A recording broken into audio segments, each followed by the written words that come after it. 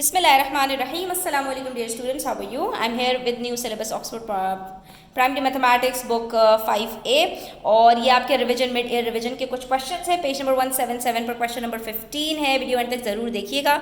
अच्छी लगे तो लाइक कमेंट शेयर कीजिएगा। चैनल सब्सक्राइब नहीं किया तो प्लीज़ सब्सक्राइब कर लीजिए। देखते हैं इस क्वेश्चन में हमारे लिए क्या है। The figure is made up of 2 squares of different sizes.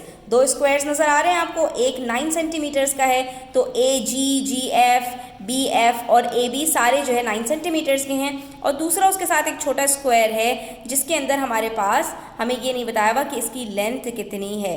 तो हम निकाल सकते हैं आसानी से, क्योंकि स्टूडेंट्स हमें यहाँ पे बता रहे हैं B से लेकर C तक अगर 6 सेंटीमीटर है और B से लेकर अगर F तक 9 सेंटीमीटर है, क्योंकि स्क्वायर के चारों साइड्स बराबर होते हैं, तो ये D से लेकर E तक कितना होगा 9 - 6 दैट इज 3 सेंटीमीटर। और जब स्क्वायर की खासियत ये होती है कि उसका एक साइड पता चल जाए तो बाकी खुद ब खुद आप निकाल सकते हैं। इसका मतलब ये हुआ कि ये जो छोटा वाला स्क्वायर है इसके सारे साइड 3 सेंटीमीटर के हैं, और ये जो बड़ा वाला स्क्वायर है इसके चारों साइड्स 9 सेंटीमीटर के हैं। इससे कंफ्यूज मत होइएगा। ये B से लेकर C तक की लेंथ 6 सेंटीमीटर है, B से लेकर F तक जो इस स्क्वायर के अंदर आ रहा है वो 9 सेंटीमीटर ही है। ठीक है, तभी हमने ये डिफरेंस कैलकुलेट कर लिया।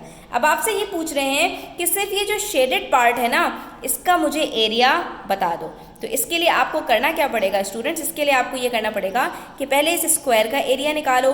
तो वो क्या निकलेगा आपके पास 9 × 4 = 36 सेंटीमीटर।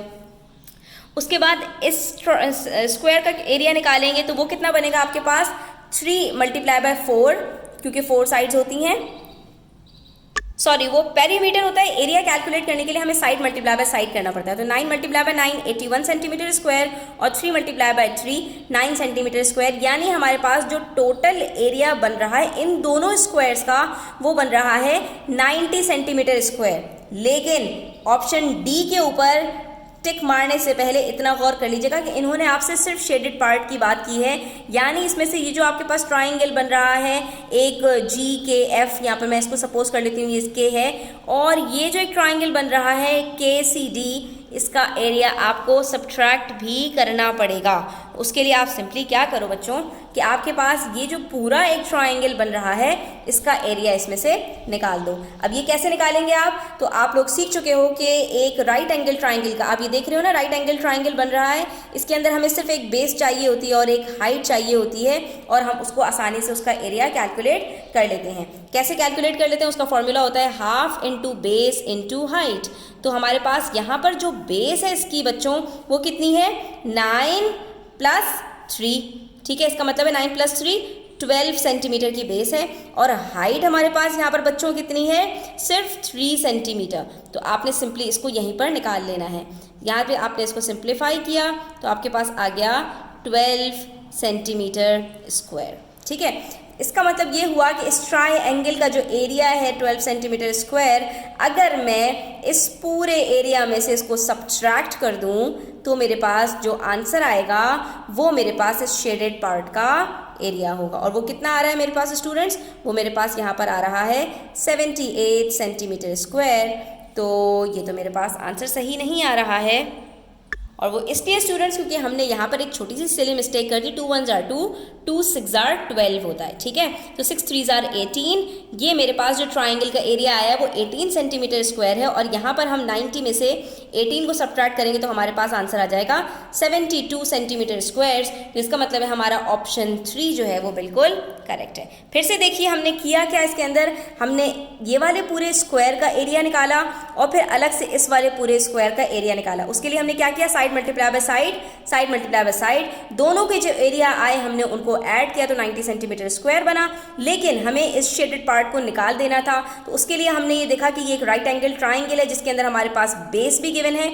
इस स्क्वायर की हमने लेंथ उठाई और इस स्क्वायर की लेंथ उठाई, दोनों को हमने ऐड किया। ये 9 सेंटीमीटर थी, ये 3 सेंटीमीटर थी, 9 + 3 12 सेंटीमीटर आ गया हमारे पास, और इसकी हाइट भी हमारे पास थी क्योंकि इस स्क्वायर की लेंथ इसकी हाइट के बराबर है, तो वो भी हमने ली। उसके बाद हमने इसको जब सिंप्लीफाई किया तो इस ट्राइंगल का एरिया हमारे पास 18 सेंटीमीटर स्क्वायर आया, जो हमने इस टोटल फिगर की एरिया में से सब्ट्रैक्ट किया तो हमें पता चल गया ये 72 सेंटीमीटर स्क्वायर है।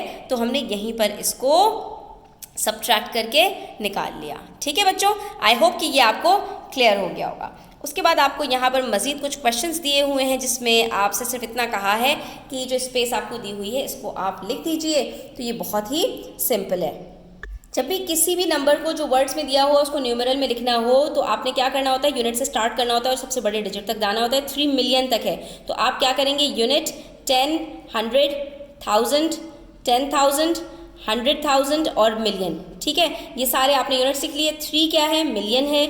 504,000, 504,000, 504,000, 10,000 का कुछ भी नहीं है। ठीक है, तो उसकी जगह पर 0 आ गया।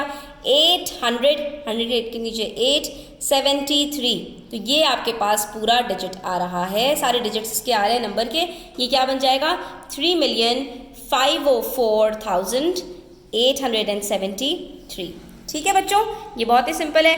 और अब आपको ये वर्ड्स में लिखना है, न्यूमेरल्स में लिखा हुआ है तो हम इसके अंदर इसको सिंपली वर्ड्स में बता देते हैं। 7,370,703। ठीक है, हमने इसको वर्ड्स में बता दिया। इसी तरह क्वेश्चन नंबर 18 है, what is the prime factorisation of 520।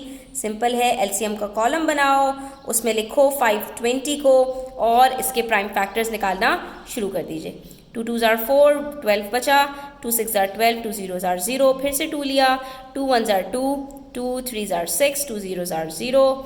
उसके बाद दोबारा 2 लिया। 2 6s are 12, 1 बचा, 5 दे दिया उधर, तो ये आ गया 65। अब आपने 5 उठाया। 5 1s are 5, 5 3s are 15, 13 बचा, आपने लिखा 13 1s are 13। आपका यहाँ पर सारे फैक्टर्स निकल आए और बस आप उसके सारे जो फैक्टर्स हैं उसको यहाँ पर मल्टीप्लाई के निशान के साथ चुन देंगे। तो आज की वीडियो यहीं तक। Thanks for watching the video till the end. Take care, अल्लाह हाफिज़।